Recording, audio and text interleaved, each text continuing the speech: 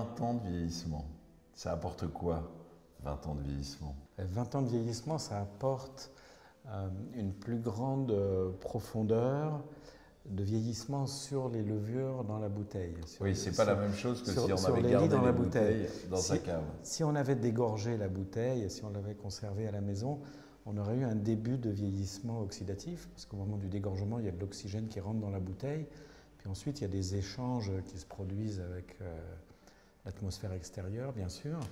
Alors que quand ça vieillit tranquillement en cave non dégorgée, donc avec les levures, il n'y a pas ce choc d'oxygène du dégorgement, il ne se produit pas évidemment, il se produira plus tard. Et puis les levures qui sont présentes dans la bouteille sont réductives, elles ont tendance à provoquer dans le vin l'opposé d'une oxydation. donc à le maintenir dans sa jeunesse. Donc à maintenir le vin dans sa jeunesse. jeunesse et à apporter au vin, surtout sur des bases de pinot noir, des arômes un petit peu empyromatiques, donc des arômes de levure concentrée, les Anglais diraient marmite,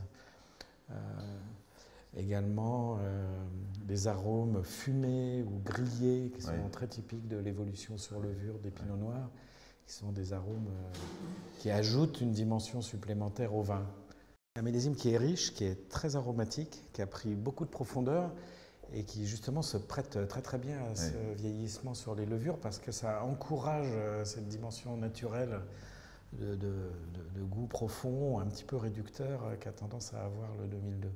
La différence entre un vieillissement sur pointe et dans la cave d'un amateur, mais on le voit très bien à la couleur, hein. Vraiment, là il n'y a aucune trace. Elle est restée très blanche. Voilà, elle est restée blanche, très brillante. Très intéressant, c'est le jeu entre les arômes d'agrumes, de fruits et ce côté miel qui apparaît plus en finale, en persistance. On a cet épanouissement on commence sur les agrumes, on va sur les agrumes confits. Et puis du miel très goûteux, c'est du miel de châtaignier qu'on goûte là. Oui. Ça c'est assez typique de 2002 qui était un millésime mûr et profond. C'est ce que nous aimons goûter en Champagne. Ces vins-là existaient déjà, on les goûtait entre nous en Champagne. Depuis quelques années, de nombreuses maisons maintenant proposent des vins longuement vieillis et récemment dégorgés. Donc nous avons maintenant une démarche systématique de conservation d'une onothèque assez importante. C'est l'occasion de comprendre ce que c'est qu'un grand vin de Champagne, qu'un grand Champagne. Je pense qu'un grand vin, pour moi, ça a deux dimensions. Ça a cette dimension de capacité à vieillir qui est cruciale. Il n'y a pas seulement la question de la qualité aromatique du millésime, il y a la possibilité de l'âge.